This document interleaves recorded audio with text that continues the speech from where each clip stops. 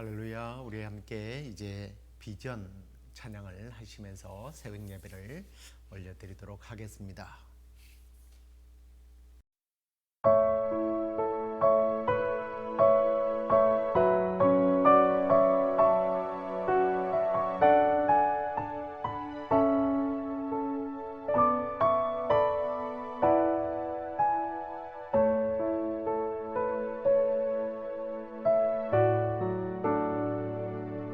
우리 보좌 앞에 모였네. 함께 주를 찬양하며 하나님의 사랑 그 아들 주셨네.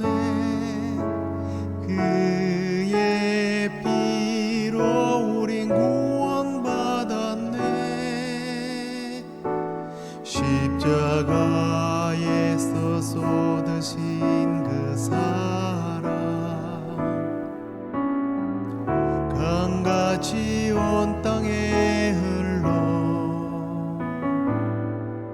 각 나라와 족속 백성 방언에서 구원받고 주 경배 드리네.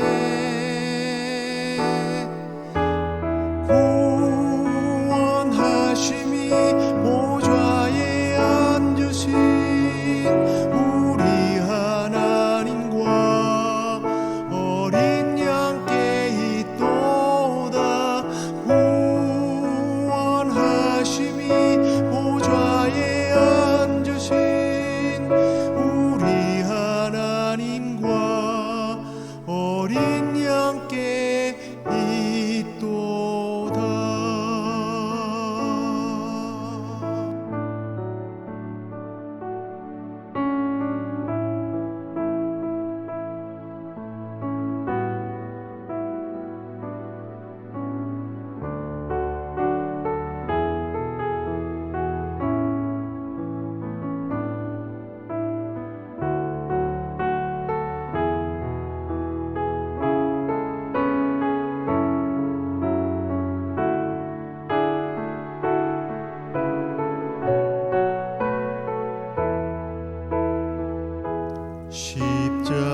십자가에서 쏟으신 그 사랑 강같이 온 땅에 흘러 각 나라와 족속 백성 방언에서 구원받고 주 경배 드리네.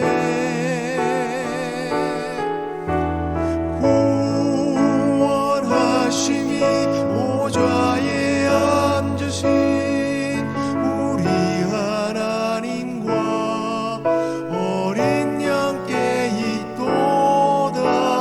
구원하심이 보좌에 앉으신 우리 하나님과 어린 양께 있도다.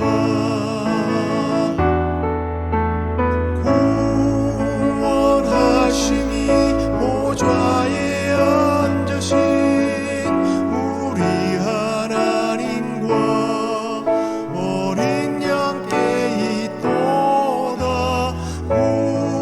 구원하심이 보좌에 앉으신 우리 하나님과 어린 양께 있도다.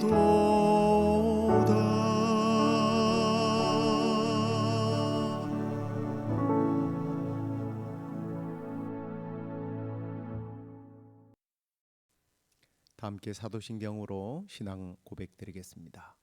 전능하사 천지를 만드신 하나님 아버지를 내가 믿사오며 그 외아들 우리 주 예수 그리스도를 믿사오니 이는 성령으로 잉태하사 동정녀 마리아에게 나시고 본디오 빌라도에게 고난을 받으사 십자가에 못 박혀 죽으시고 장사한 지 사흘 만에 죽은 자 가운데서 다시 살아나시며 하늘에 오르사 전능하신 하나님 우편에 앉아 계시다가 저리로서 산자와 죽은 자를 심판하러 오시리라. 성령을 믿사오며 거룩한 공회와 성도가 서로 교통하는 것과 죄를 사하여 주시는 것과 몸이 다시 사는 것과 영원히 사는 것을 믿사옵나이다. 아멘. 찬송을 하나 더 하도록 하겠습니다. 그 크신 하나님의 사랑 함께 찬송하시겠습니다.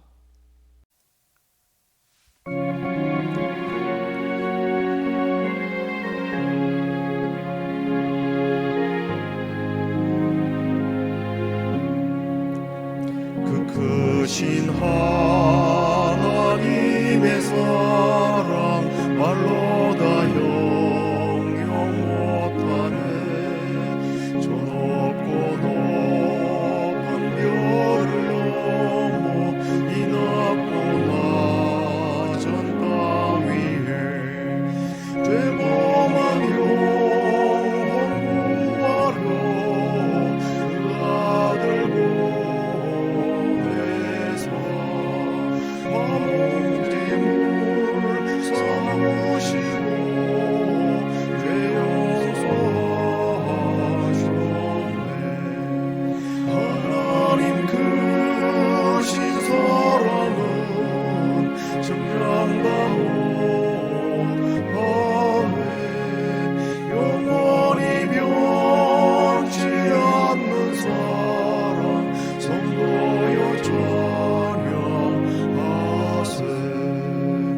외로운 시절 지나가고 땅 위에 영화쇠할 때 주 믿지 않던 영혼들은 큰 소리 외쳐 울어도 주 믿는 성도들에게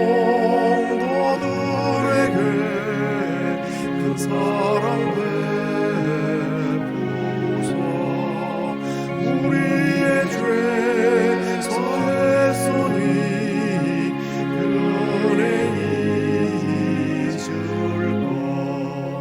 하나님 크신 사랑은 정량다 못하네. 영원히 변치 않는 사랑 선보여 찬양하세.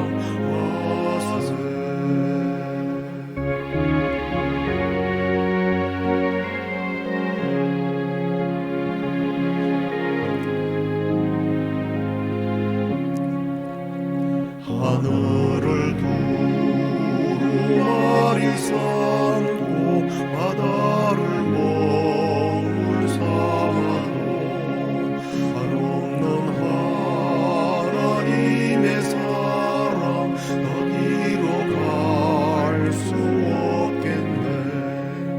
하나님의 크신 사랑 그 어찌 닿았을까. 저 하늘 높이 쌓아도 채우지 못하리. 하나님 크신 사랑은 중량다 못하네. 영원히 변치 않는 사랑 성도여 찬양하세.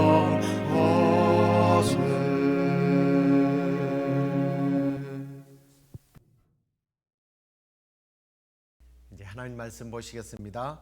호세아서 1장 10절 11절 말씀입니다. 그러나 이스라엘 자손의 수가 바닷가의 모래같이 되어서 헤아릴 수도 없고 셀 수도 없을 것이며 전에 그들에게 이르기를 너희는 내 백성이 아니라 한 그곳에서 그들에게 이르기를 너희는 살아계신 하나님의 아들들이라 할 것이라. 이에 유다 자손과 이스라엘 자손이 함께 모여 한 우두머리를 세우고 그 땅에서부터 올라오리니 이스라엘의 날이 클 것임이로다. 아멘. 자, 오늘은 하나님께서 때리시지만 또 어루만지시는 좋으신 하나님이시다라고 하는 제목을 가지고 그 내용을 가지고 함께 말씀을 나누도록 하겠습니다. 오늘 말씀은 이번 주 목요일에 우리가 나눈 묵상의 내용입니다. 사실 본문은 1장 1절부터 11절을 다 읽어야 이해가 좀 더 되겠습니다만은 여러분들이 이 내용은 어느 정도 알고 계시기 때문에 필요한 본문은 이제 자막을 통해서 보면서 설명을 그렇게 드리는 것이 좋을 것 같습니다. 자, 하나님께서요, 북이스라엘의 여로보암이 왕이 된 시대에 그 에베리의 아들 호세아라고 하는 사람을 불러서 예언자로 삼게 됩니다. 선지자로 삼게 되죠. 이 호세아의 예언은 원래 북왕국 이스라엘의 그 정치 그리고 또 종교 그리고 백성들의 어떤 도덕성에 대한 내용인데요. 앞에서 말씀드린 대로 여로보암은 주로 이 여로보암 2세라고 지금 우리가 이해하고 있는 사람입니다. 이 여로보암 2세의 통치 말기부터 이제 호세아가 활동을 시작했어요. 북왕국이 아수르에게 멸망당했던 BC 722년경까지 활동을 했던 그런 선지자입니다. 그의 활동 기간은 한 40여 년 정도 되는데요. 이때 북왕국은 잠시 동안 굉장히 번영을 냈다가 쇠퇴했던 그런 시기입니다. 번영과 쇠퇴가 이렇게 그 교차되는 그런 시기에 예언을 하게 된 거죠. 그리고 그때는 정치, 종교 그리고 도덕성이 매우 바닥을 치는 그런 시대였습니다. 그런데 그때에 하나님께서는 호세아를 부르게 되죠. 하나님께서 주로 일하실 때에 그분의 하시는 사역을 그대로 전달하기 위해서 사람을 불러서 사용하시지 않습니까?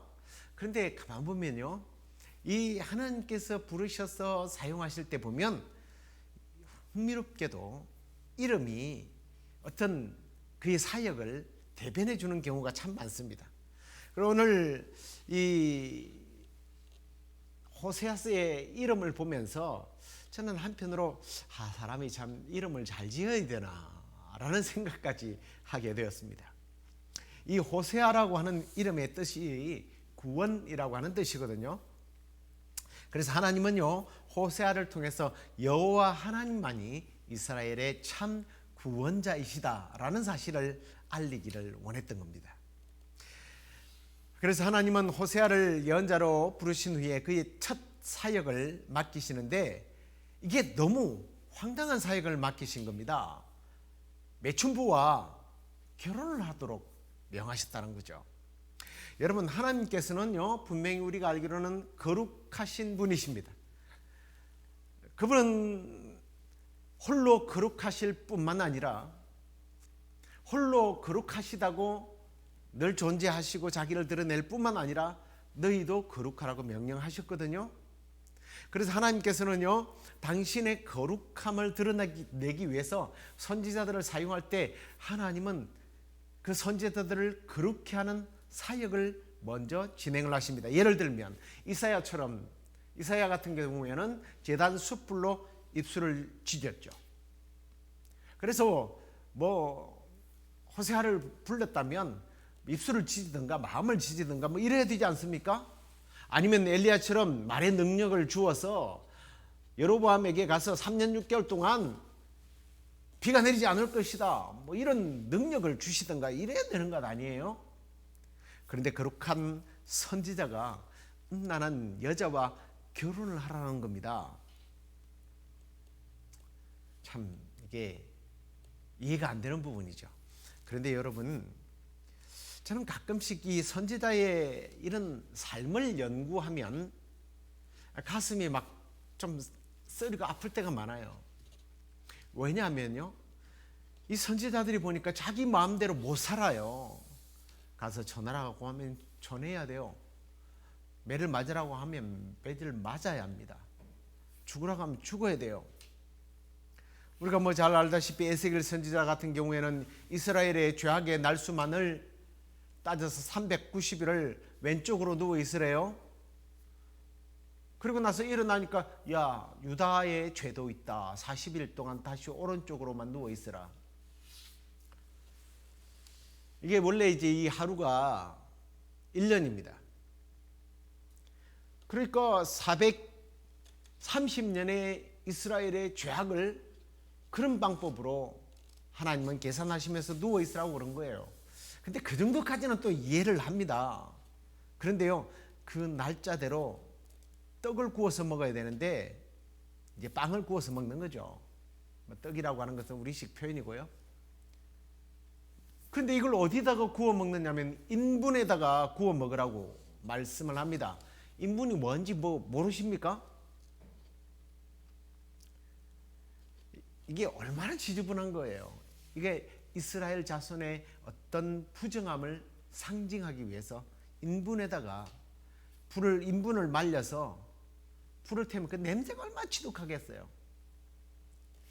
이건 너무 하잖아요. 그래서 에스겔이 하나님, 저 하라는 대로 다 할게요. 근데 이건 제가 어려서부터요, 부정하거나 가증한 것을 먹지도 않았습니다. 만지지도 않았습니다. 이건 너무한 거예요 하면서 좀 울먹거렸던 것 같아요. 그래서 하나님이 그래, 그러면 쇠똥으로 할게. 쇠똥이 아무래도 풀만 먹으니까 냄새가 좀 덜 하잖아요. 쇠똥으로 인분을 대신해서 430일 동안 빵을 구워서 먹습니다. 이게 선지자의 삶이에요. 그러니 호세아가 뭘 따지겠습니까? 그래서 한 여자를 찾아갑니다. 아무래도 선지자가 뭐 여자를, 그런 음란한 여자를 매춘부를 어떻게 알겠어요? 근데 당시에 아무래도 가장 이름난 여인을 찾아갔을 것 같아요. 유명한 여자를 찾아갑니다. 그 여자가 바로 니블라임의 딸 고멜이라고 성경은 소개를 합니다. 이 여자를 찾아가서 결혼을 해요. 또 여자도 또 참 정신 나간 여자지. 선지자와 결혼을 합니다.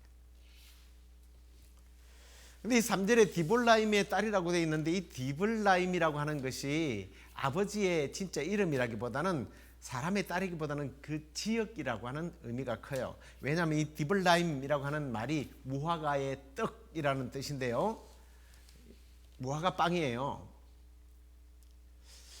이게 주로 과자 뭐 이런 뜻인데, 이 빵을 언제 먹느냐면 주로 우상 숭배를 하면서 먹는 떡, 과자, 빵 이런 뜻입니다. 그런데 사실은 알고 보면 이게 그냥 우리가 이렇게 먹는 빵이라는 의미가 아니에요. 호세아 3장 1절 말씀을 한번 다시 볼까요?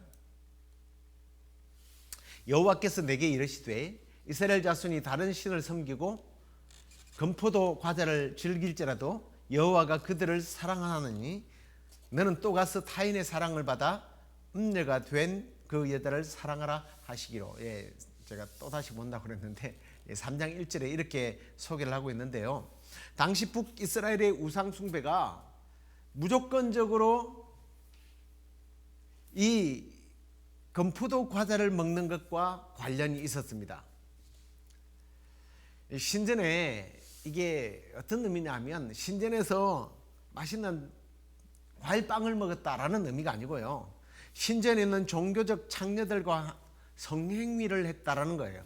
남자들이 있어서 과자를 먹는 즐거움처럼 여자를 그렇게 먹었다는 그런 의미예요. 그러면서 그 즐거움이 신이 주는 즐거움이라고 그렇게 표현을 한 겁니다. 유혹한 거예요. 그러니까 이 고멜은 일반적인 매추가 아니에요. 우상을 섬기는 남자들을 위해서 몸을 내어주는 종교적 창녀였던 거죠. 그리고 알아주는 능력자, 뭐 이상한 능력이죠. 그 여자가 선지자라고 그러니까 대뜸 뭔가 좀 통하는 데가 있었던가요? 결혼을 하게 됩니다. 그리고 아이까지 낳게 되죠. 자, 그런데 그렇게 하라는 이유가 뭐냐는 거예요. 하나님께서 그래야 되는 이유를 이렇게 설명하십니다. 너는 가서 음란한 여자를 맞이하여 음란한 자식을 낳으라. 이 나라가 여호와를 떠나 크게 음란함이니라. 이스라엘의 영적인 음행을 경고하기 위해서 하나님은 이런 명령을 내리신 겁니다. 앞에서도 말씀드렸지만 선지자는 이럴 때 선택의 여지가 없어요. 그냥 하라면 해야 돼요. 그래서 첫 번째 아들을 낳습니다. 그래서 이름을 짓는데요, 여호와께서 호세에게 이르시되 그의 이름을 이스르엘이라고 하라. 조금 후에 내가 이스르엘의 피를 예후의 집에 갚으며 이스라엘 족속의 나라를 펼 것임이니라. 첫 아들의 이름을 이스르엘이라고 짓는데 이 이름은 바알을 섬기는 이스라엘을 쳐서 흩어버린다는 그런 뜻입니다. 두 번째, 딸을 낳습니다. 딸을 낳고는 여호와께서 호세에게 이르시되 그의 이름을 로루하마라고 하라. 내가 다시는 이스라엘의 족속을 긍휼히 여겨서 용서하지 않을 것이다 라는 의미를 가진 이름을 짓게 되죠. 로루하마, 하나님이 긍휼히 여기지 않겠다. 제가 여러분 묵상글에 밝혔습니다만 이 루하마가요, 긍휼히 여기다 라는 뜻이거든요. 근데 이 로는 우리의 영어의 노와 같은 말이에요. 하나님은 바알 숭배에 빠진 이스라엘 백성들에 대해서 더 이상 긍휼히 여기지 않겠다는 의미로 이 딸의 이름을 로루하마라고 지으라고 합니다. 그런데요, 가끔씩 성경을 보다 보면 불 붙는 집에 기름을 붓는 것과 같은 우리식 시체어로 염장 지르는 그런 말이 가끔씩 나와요. 실제로 그런 말이에요. 이스라엘은 긍휼히 여기지 않는데 그러나 내가 유다 족속을 긍휼히 여겨서 그들의 하나님 여호와가 구원하겠고 활과 칼이나 전쟁이나 말과 마병으로 구원하지 아니하리라 하시니라. 똑같은 하나님이시잖아요. 그런데 누구는 긍휼히 여기고 북쪽은 긍휼히 여기지 않겠다는 거예요. 남쪽 유다 백성은 긍휼히 여기고 북쪽은 긍휼히 여기지 않겠다. 이거 참 공평하지가 않죠. 그래도 이건 공평의 문제가 아니라 징계의 문제예요. 스스로 그 결과를 자기들이 만든 겁니다. 자업자득이죠. 하나님은 하나님을 섬기는 것과 섬기지 않는 삶이 얼마나 비극적이고 또는 얼마나 행복한 것인지를 말씀을 통해서 분명히 우리에게 교훈하고 있습니다. 자, 그리고 이제 세 번째 아들을 낳아요. 이 아들의 이름이 로암미입니다. 이 암미는요, 하나님의 백성이라고 하는 뜻을 가졌다고 말씀을 드렸죠. 근데 여기에 로가 붙으니까 뭐예요? 이제 내 백성이 아니라는 거예요.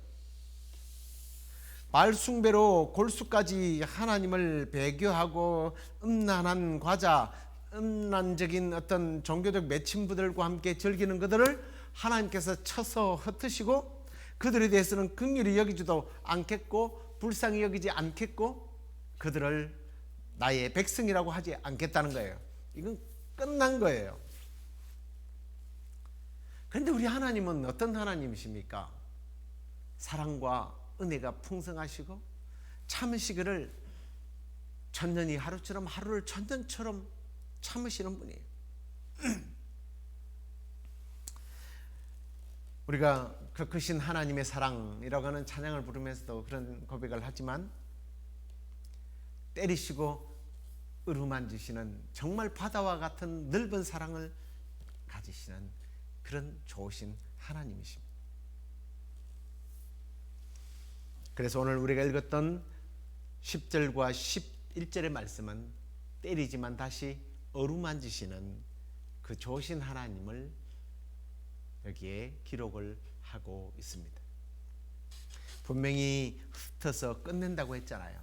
그런데 10절에 보면 다시 그 자손의 수가 바닷가의 모래같이 되어서 헤아릴 수도 없고 셀 수도 없게 해주겠다고 약속을 해요.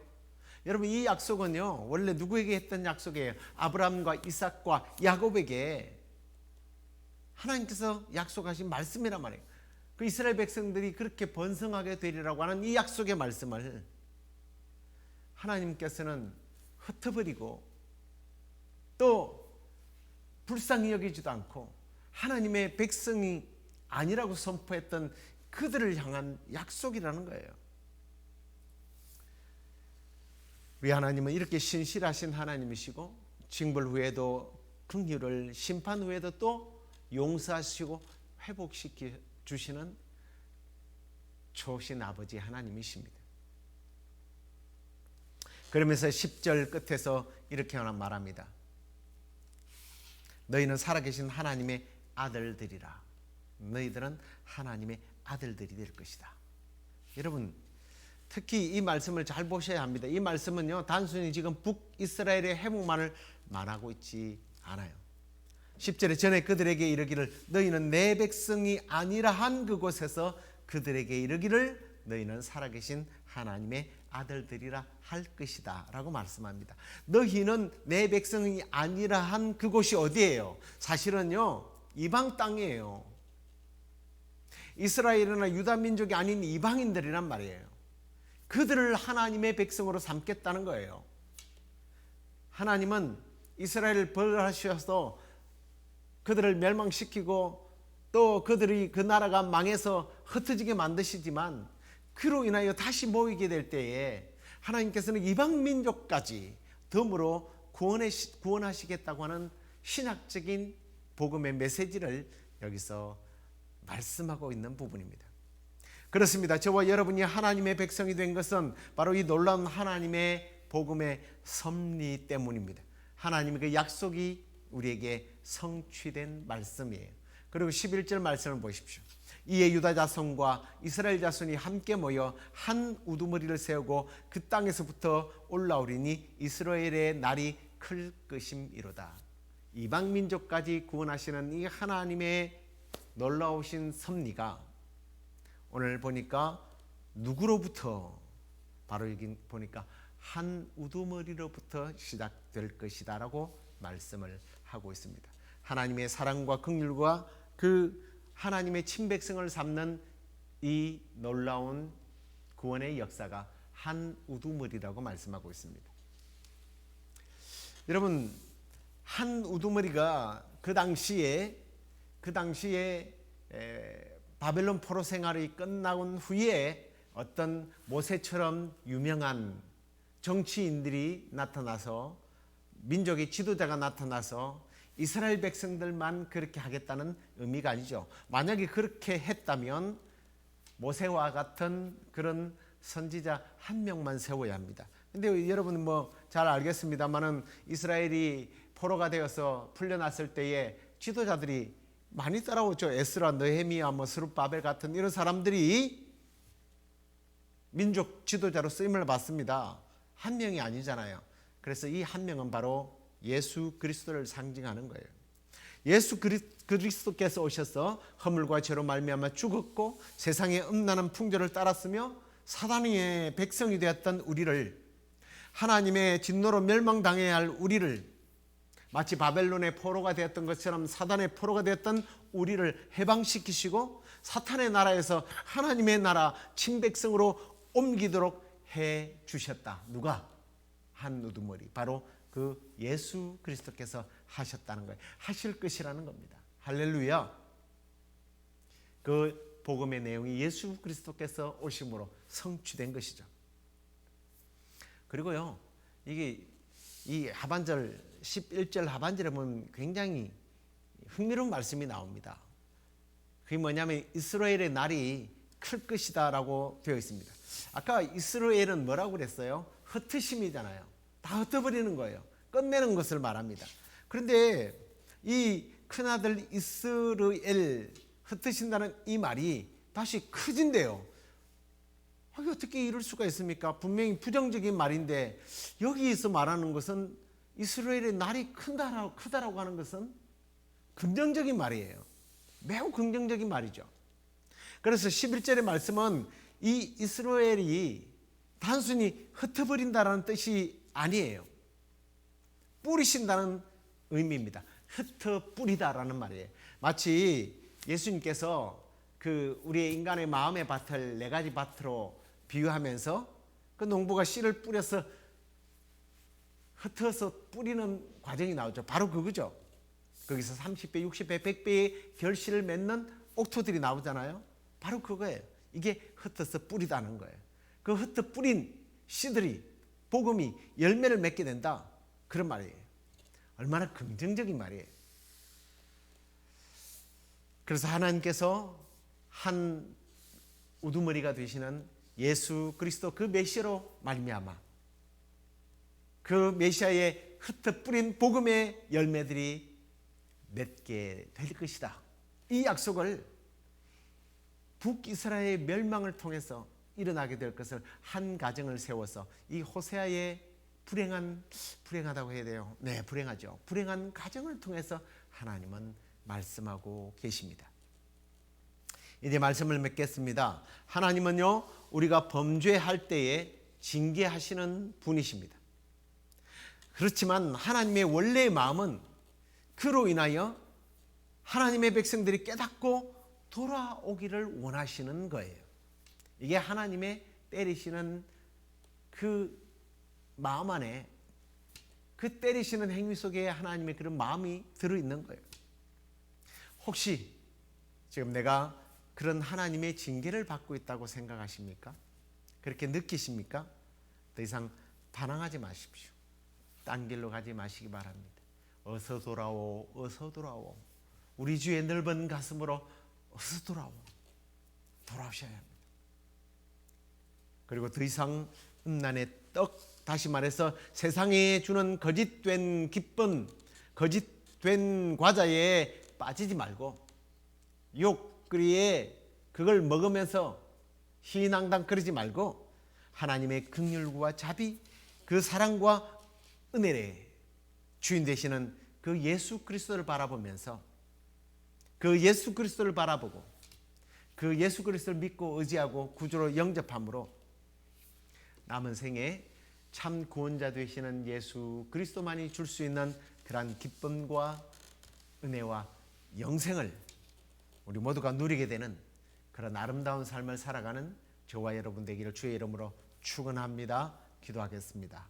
하나님, 호세아 선지자를 통하여 그의 불행했던 가정 생활을 통해서 하나님의 그 아픈 마음, 하나님께서 타락한 북이스라엘을 그렇게 다루어야 하는 하나님의 마음을 말씀하시고, 그럼에도 불구하고 여전히 하나님은 그들을 사랑하셔서 이스라엘이 단순히 흩어버림이 아니라 그들이 흩어져서 뿌리가 되고 그들이 30배, 60배, 100배가 맺도록 하시며 하나님의 긍휼을 받지 못했던 자들이 하나님의 긍휼을 입고 하나님의 백성이 아니었던 자들이 하나님의 백성이 되는 이 놀라운 신학의 비전을 예수 그리스도께서 이루실 것을 예언하셨던 이 말씀을 우리가 다시 한 번 더 묵상하면서 주님, 우리의 부끄러운 모습들, 우리도 이스라엘 백성들처럼 세상이 주는 쾌락의 빵을 먹으며 거기에 우리의 마음이 뺏겼던 영적인 음란한 모습들을 이 시간에 회개하오니 주여 우리를 긍휼히 여기시고 불쌍히 여기시고 회복시켜 주셔서 오직 한 우두머리 되시는 예수 그리스도만 바라보면서 우리가 이제 복음의 씨앗이 되고 하나님의 긍휼과 그리고 하나님의 백성으로서의 신분에 맞는 그러한 삶을 살아가는 우리 모두가 되도록 인도해 주시옵소서. 내일 우리가 성도들이 함께 모여 하나님을 예배할 날을 기다립니다.